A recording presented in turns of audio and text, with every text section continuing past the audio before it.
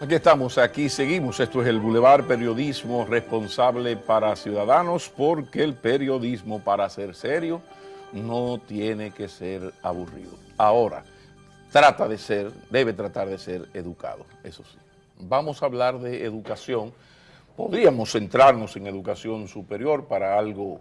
El que nos visita hoy es el magnífico rector de la primada Universidad de América, pero si él está de acuerdo y los compañeros también, me gustaría que comenzáramos hablando de la educación en sentido más general, como eje central de la posible solución o mejoramiento de tantísimos problemas como tiene la sociedad dominicana. La educación es el eje transversal de los problemas nacionales. Bienvenido, profesor Mateo Febrillet.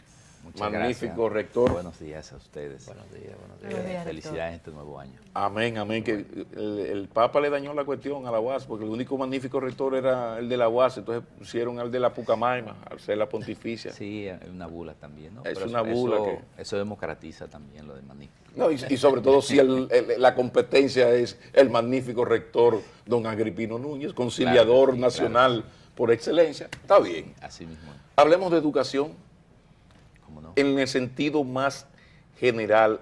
¿Hasta qué punto? Y en esto aquí tenemos un insistente defensor de eso que se llama Antonio Gila Iturbides. Es el eje transversal de los problemas nacionales, y si podemos decir que algo se está haciendo desde la UAS para aportar a este asunto de la educación nacional tan deteriorada a ella. Definitivamente lo que diferencia un ser racional como es el ser humano con los otros animales es la educación. Por la educación se llega a la civilización y a través de la educación se mejoran otras acciones humanas, la salud. Toda la actividad humana se puede mejorar a través de la educación, los problemas de delincuencia, los problemas de agresión, todo ello se puede mejorar a través de la educación.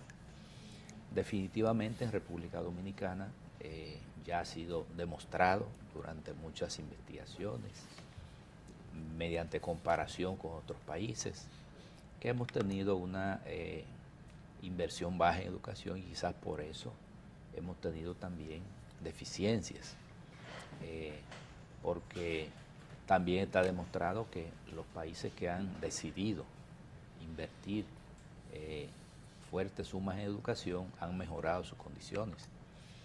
Aquí, por ejemplo, hay un tema en educación que yo siempre lo menciono. Quizás no es el resultado de una investigación formal, pero evidentemente cuando usted lo analiza, es el hecho de cómo valora la sociedad al docente, al profesor. Y quizás eso es una de las causas que tiene o que incide en que muchos profesionales de alta cualificación no vayan a ser profesores. Porque cuando aquí la educación era, digamos, un privilegio de muy pocos, cuando la cobertura es muy baja, que habían pocos maestros, la educación era como una actividad de vocación. Y mucha gente se dedicaba a la educación no por profesionalismo, sino porque le gustaba educar. Pero en la medida en que se ha ido incrementando la cobertura, ha habido necesidad de más profesores. Y la educación ahora, el magisterio pasa a ser de una vocación a una profesión. Que debe tener vocación, pero mucha gente vive de dar clases. Claro. Entonces, ¿qué ocurre? Cuando se vive de dar clases, entonces ya se está ejerciendo la educación como profesión. Y ahí entonces depende su nivel de vida del ingreso que tenga. Sin embargo, yo creo que este año hay una esperanza se abre, porque yo resalto a veces la Constitución de 1963, la de Bosch, que fue una Constitución que si se hubiera mantenido quizá el país fuera otro hoy. En esa Constitución se definía el papel, la obligación del Estado de proteger el magisterio. Lo declaró como una función pública. Y entonces aseguraba que el Estado era responsable de mantener la dignidad del profesor, de manera tal que su ejercicio no dependiera ni de presión económica, ni social, ni política. Entonces, esa definición, esa atribución de la función magisterial, yo pienso que hoy se retoma, o se debe retomar con la Constitución de 2010, se asemeja mucho a la de 1963, se parece bastante con esa materia, retoma la importancia de la educación, y ahora con la decisión del presidente Medina de asignar el 4%, esperamos que sea entonces el despegue de la educación en República Dominicana, que es cierto, no se resuelve solamente con salario. O sea, no solo con salario de profesores, porque si es solo salario, manejándolo todo igual, no. Hay que tocar varios aspectos del sistema educativo. Hay un aspecto fundamental que se le ha criticado a la educación en general, a todos los niveles, desde el sistema elemental hasta lo profesional, y es la baja calidad en que se ha caído. O sea, ha venido disminuyendo cada vez más la calidad de la gente que se educa en las escuelas, o sea, profesionalmente y aún en los niveles más bajos.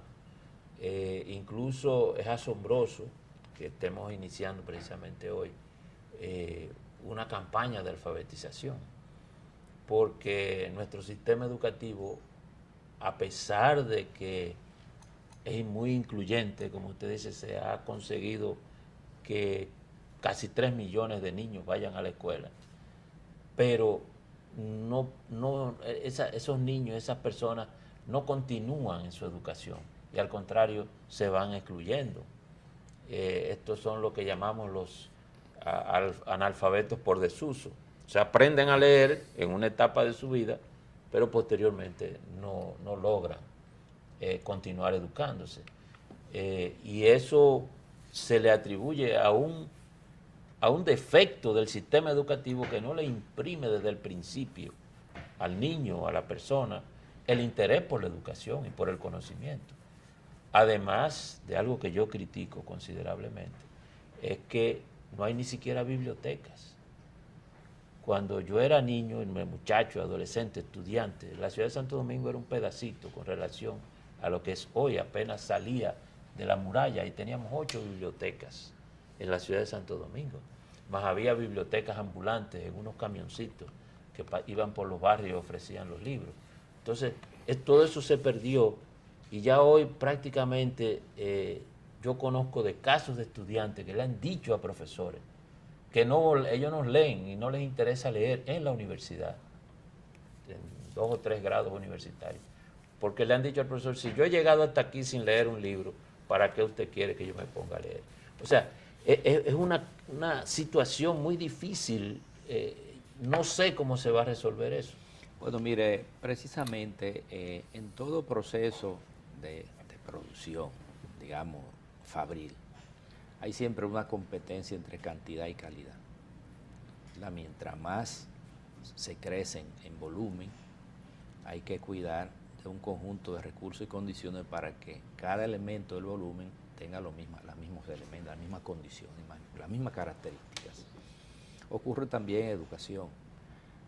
Se puede manejar cantidad y calidad, por eso hay que acompañarlo de recursos y de condiciones. Porque en la medida que se incrementa el número de niños que va a la escuela, eso hay que acompañarlo de aulas y de infraestructura en sentido general. Y con la inversión que teníamos en educación, eso no era posible. Fíjese que la permanencia de los estudiantes en la escuela se forma como una especie de pirámide. Muchos comienzan y se va reduciendo la cobertura, hasta a nivel superior, en donde tenemos aproximadamente una cobertura de un 30% nada más. O sea, los muchachos entran al sistema y van saliendo por múltiples causas. Se casan, problemas económicos, problemas que no les gusta estudiar. Muchísimas condiciones ocurren y entonces de ese grueso que entra van desertando y finalmente usted tiene una pirámide con un poquito al final. Eso necesariamente hay que estudiarlo de diferentes puntos de vista, ¿verdad? Porque en mantener la calidad... En eso que van desertando están los analfabetos funcionales. Exacto. Algunos quedan totalmente iletrados, los que no van a la escuela, pero lo que van saliendo a diferentes niveles. Mejorar la calidad de la educación, entonces, es un tema que toca varios flancos. Entonces, el maestro, ¿verdad? ¿Cómo nosotros logramos tener maestros de buena formación en el aula? Yo le pido que observe lo siguiente. Cada vez que usted ve un maestro que se destaca en algo, lo sacan del aula. ¿Por qué? Porque el aula no incentiva en términos económicos. Claro. O lo nombran técnico, o lo nombran asesor. Y es lo que es bueno es enseñando, no administrando. Exacto. A otros profesores. Perfecto. Le pasa a los médicos que administran hospitales. Así Que usted mismo. sea un gran neurocirujano, no es que va a administrar bien el de lo contrario. Pero ¿qué ¿verdad? ocurre? Okay. Si hay un buen maestro, entonces el incentivo es sacarlo del aula para que desempeñe otra labor, pero entonces el aula lo pierde. Porque el incentivo en el aula, imagínense usted, un maestro con 2 tandas y a veces 3, y le ingresa ¿cuánto en el sueldo? No llega a 30,000 pesos. Y el problema de la evaluación, para ir premiando a los mejores, en el sentido de que una universidad no puede darse el lujo, creo yo, quizás se puede, pero de pagar altísimos sueldos si es una universidad tan masificada y se sabe que una inmensa cantidad no tiene una buena formación. Ahora, hay un grupo elite muy bueno, el 15, 20%, excelente, que tarde o temprano, por lo que estamos hablando, va a salir porque hay que buscar los chelitos. Entonces el tipo que es un excelente maestro, pero no es el tipo que tiene el carácter para dirigir una universidad, que son 2 cosas, totalmente. O sea, que usted sea un gran rector no significa que sea un gran maestro. Y viceversa. Como que sea un gran administrador de un hospital no significa que sea un gran médico y viceversa. Entonces, no hay un sistema de evaluación para que cuando se tenga un maestro que es un diablo a caballo, que todo el mundo sabe que es un gran maestro, se le aumente el salario, haya formas que evaluación según los resultados de la evaluación anual. Eso se hace en instituciones incluso privadas, pero públicas, en impuestos internos y en otras instituciones y superintendencias. Hay una evaluación. Entonces, a partir de la evaluación, el aumento puede ser hasta de un 15%. No se ha pensado en eso.